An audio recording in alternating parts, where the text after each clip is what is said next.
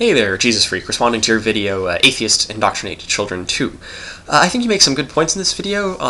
However, at the end of the day, I still come to the conclusion that there are certain facts about the way that some Christians, not all of them, teach their children that really does deserve concern from the broader community in ways that very rarely happen in atheist households.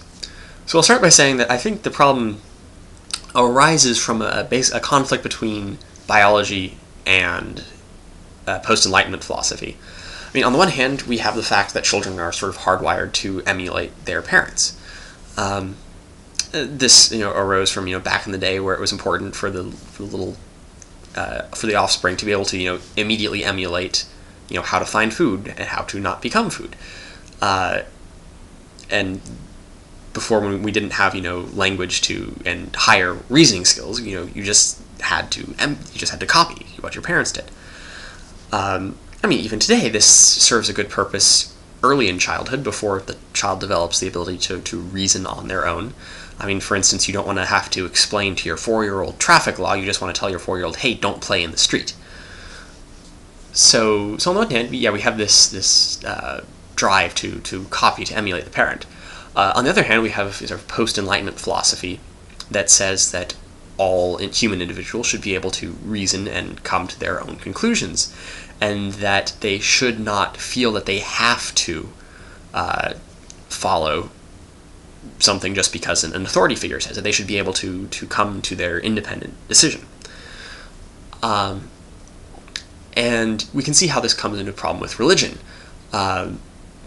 Because on the one hand, the child is going to want to emulate their parents' religious practice, be that an act like a religion, whether it be it Christianity, Islam, Buddhism, whatever, or non-religion.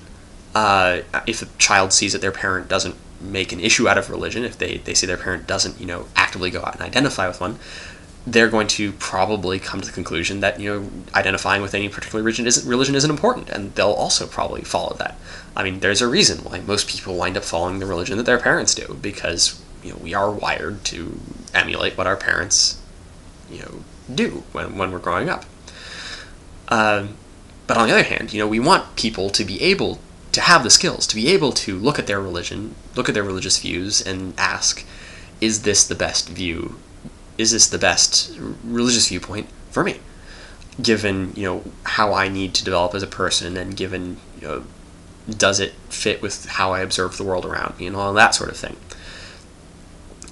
So yes, so we have these two competing factors, and it seems to me that then the best solution to this is to try to find a way where we can account for the fact that even if parents don't try to do this, that their children are going to copy them.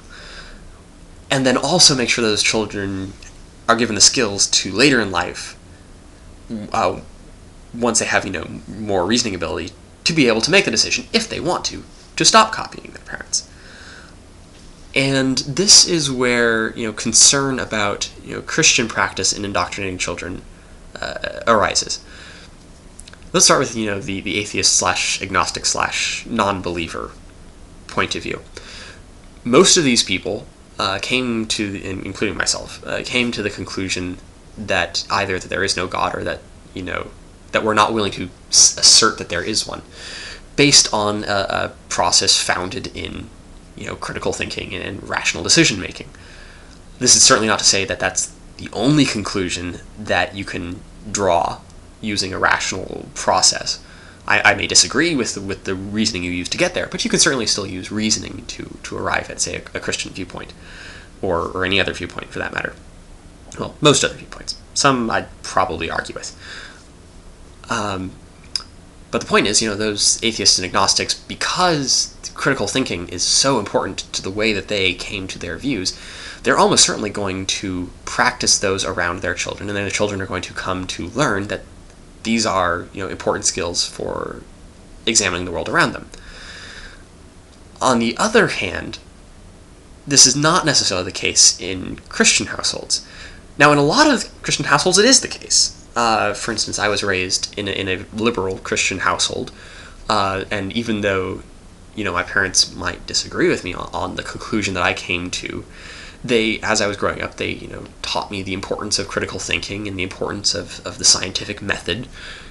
And so I was able to use those skills, once I moved away from home and sort of, came to my own conclusions on these things.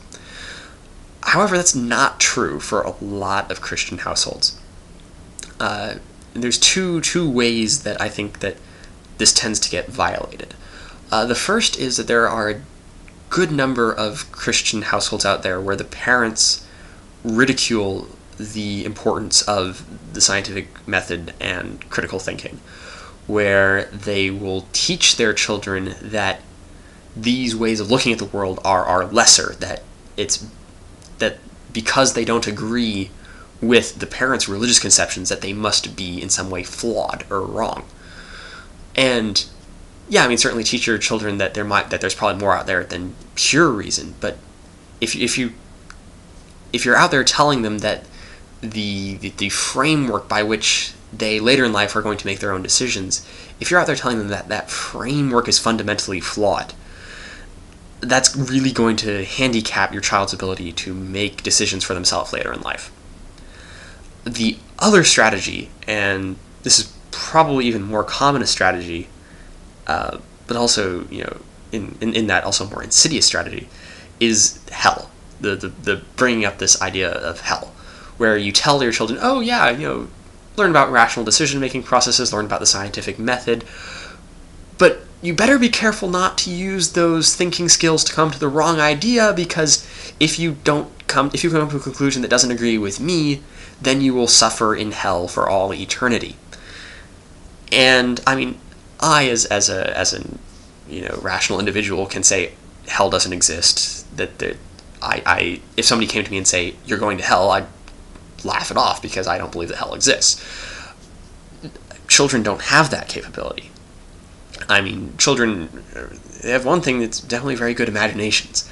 So if you're out there as a parent telling your child, on the one hand, that, oh yes, you're perfectly entitled to make your own decisions, but on the other hand, don't make the wrong decision because you will, suffer fate's worse and death and burn in unbelievable hellfire and all that sort of thing. That's psychological abuse, I would venture to say. You wouldn't tell your child, oh, go to bed or I'm going to, cut off your foot. But you are willing to tell them, believe this or else you will suffer on scales that you can't even possibly imagine for all eternity? I just don't think that's acceptable.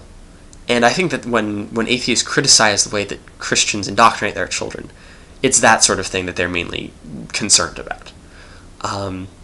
Hopefully, this edifies people out there as to why it is that we are concerned about the way that some Christians bring up their children. It's not that we can achieve this sort of perfect ideal of children being able to make decisions all on their own, but many times Christian parents will do things that actively work against the ability for their children to make their decisions, and that's not okay.